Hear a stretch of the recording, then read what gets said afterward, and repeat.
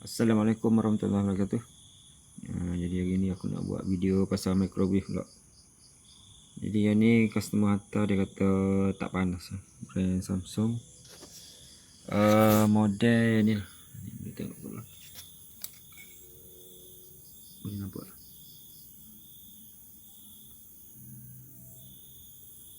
Okey, harap boleh nampak lah nombor model semua. Okey, kerosakan microwave ni adalah tak panas. Kerosakan tak panas. Okay, untuk kerosakan tak panas ni microwave hidup. Dia hidup, tak ada masalah. Okay, normalnya kita tekan button semua normal. Cuma kalau kita letak ayam ke apa, kita cuba panaskan, itu dia tak panas lah. Okay, kalau tak panas, cuba check benda ni dulu. Okay, nama dia magnetron.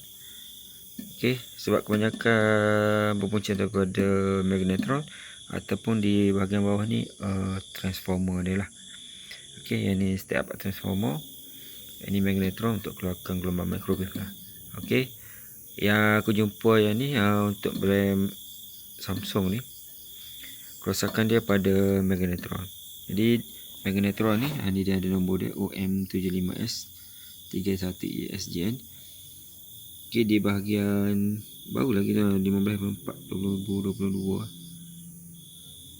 Okay, di bahagian bawah ni dia ada dua terminal. Okay, ini boleh buka.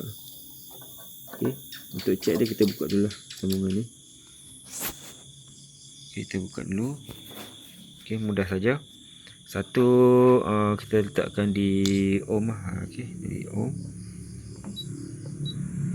Okay, yang probe satu ni kita letak di body lah, di microwave ni. Okay, dah ukur di terminal magnetron bawah ni, mana-mana terminal. Tengok multimeter. Sepatutnya dia OL, tapi ni dah keluar nilai dah lebih kurang dalam 121 ohm. Okay, kalau aku tukar terminal ni apa, dia samalah 121 ohm. Jadi menunjukkan magnetron ni dia dah short lah. Okay, dia dah short. Dan bila magnetron ni short, akan ada satu fuse kat bawah ni, dekat terminal ni. Aku dah buka dah. Ni dia ada fuse yang dalam ni. Dan kedudukan dia macam ni lah.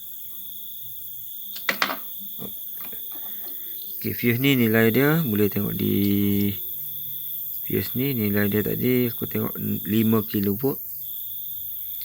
Okay, 5 kV.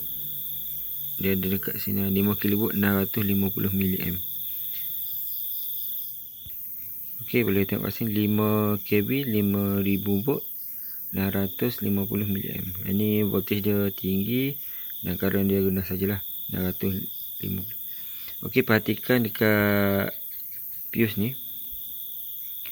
Bila berlakunya short di magnetron, fuse ni akan putus. Okey, boleh nampak lah, fuse tu dah blow dah kat terminal tu.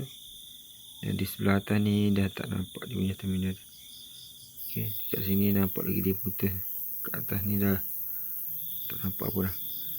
Okey, jadi fuse pun dah blow. Yang ni tak perlu check dengan multimeter, memang dah confirm dia dah tak ada dah terminal dia tu. Okay, dah confirm dia dah short. Jadi bila magnetron ni dah short, dia akan putus dekat sini lah. Okay, dan dekat bahagian bawah ni dia ada kapasitor dan juga diode. Okay, dekat sini dia ada diode. Yang ni masih okey lagi. Dan kapasitor dia ada nilai dia lah, biasanya 0.91 mikro. Okey, kapasitor kita boleh check guna mode kapasitor lah. Okey, yang terminal ni dia bersama sekali. Okey, yang ni sebelah tepi ni nilai dia jadi berapa? Yang ni masih lagi okey lah, 0.91 mikrofarad. Jadi kapasitor dengan diode ni tak ada masalah. Cuma di magnetron saja yang bermasalah lah. Okey. Ya, aku onkan microwave ni.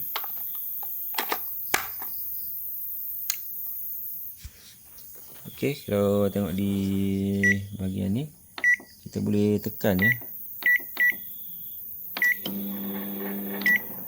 Ini boleh start kita boleh start. Tapi magneton dah tak jalan lah.